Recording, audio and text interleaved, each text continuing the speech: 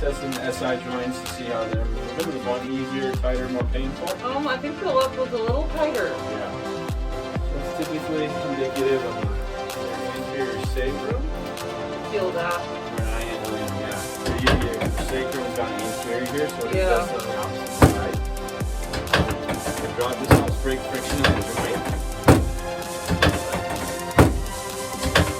Open it up. Open this hip up. That's awesome. Lift your right leg. Good, and down, and the left. How was that? Any different? It feels like it's a little looser. Just have you go on your back.